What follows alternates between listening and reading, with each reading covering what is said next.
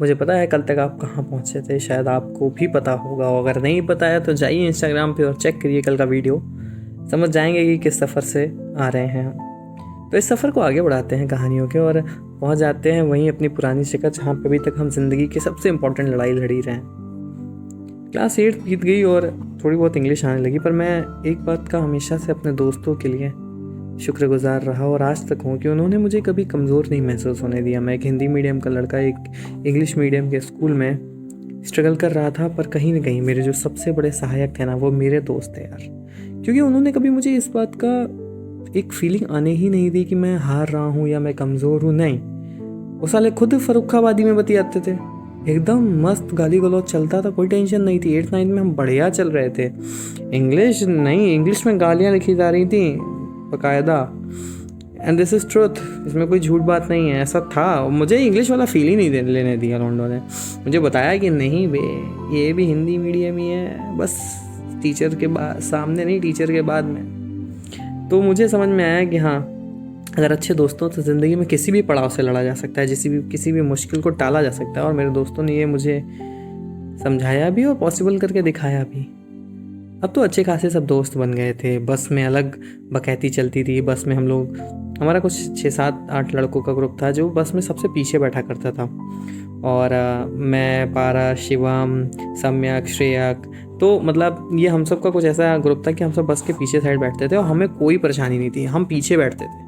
और हमने पीछे बैठ के नई कारकुनियाँ चालू कर दी, इतनी तगड़े से कारकुनी कर ली कि बस में जो टीचर आगे बैठते थे वो भी पीछे आगे बैठने लगे। उन्हें लगा कि साला ये जो असली लड़ाई है ये पीछे हो रही है, ये लड़के जितनी शैतानी है सब पीछे लेके चले गए। तो हम बैक बेंचर्स जो थे ना, वो बस के बैक बेंचर्स हो गए। बस में अलग टाइप की राजनीति चलती थी। मतलब आप ये समझिए कि बस वालों का एक अलग ही जत्था चल रहा था। एक साइड टैक्सी वाले थे, एक साइड बस वाले थे। और बस वालों में भी हम सब कुछ और अलग, कि पीछे सीट को पकड़ के बैठने वाले।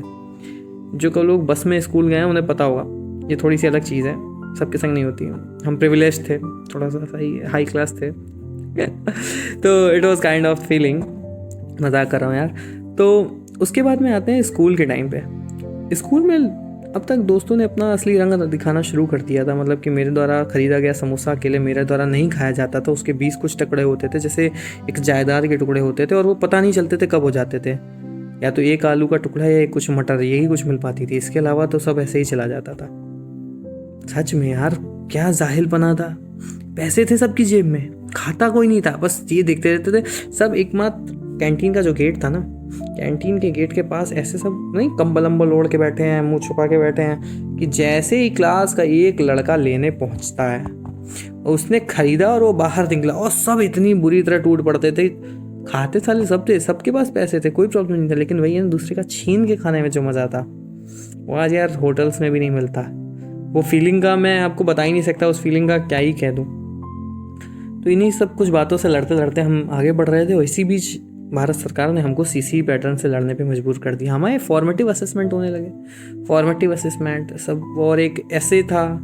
तो यार समझ में नहीं आ रहा था, हम लोग को लगा मजाक चल रहा है, क्योंकि हमने ज़िंदगी में पढ़ाई को मजाक माना था, तो हमारे लिए मजाक ही चल रहा था। फाइल्स आने लगी, फाइल्स बनाओ सब में, वो क्या असाइनमेंट्स बनाओ। इसी बीच में क्या होता है, मैथमेटिक्स के सर ने कहा कि फ़ाइल बना के सब लोग देंगे।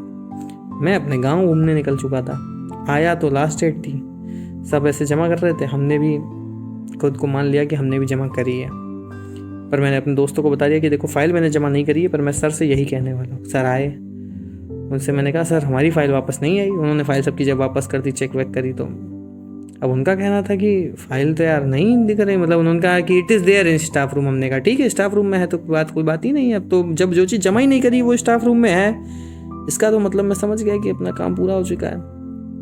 एक दिन वो आए, उन्होंने क्लास में कहा कि there is no file, it means you have not given. अब भाई हम तो चौंक खा गए, हमने कहा यार ये तो प्लान पकड़ा गया। बट यहाँ पे कौन साथ देने वाला था? यहाँ पे साथ देने वाले थे मेरे दोस्त। नहीं सर, फाइल दी थी पांडे ने।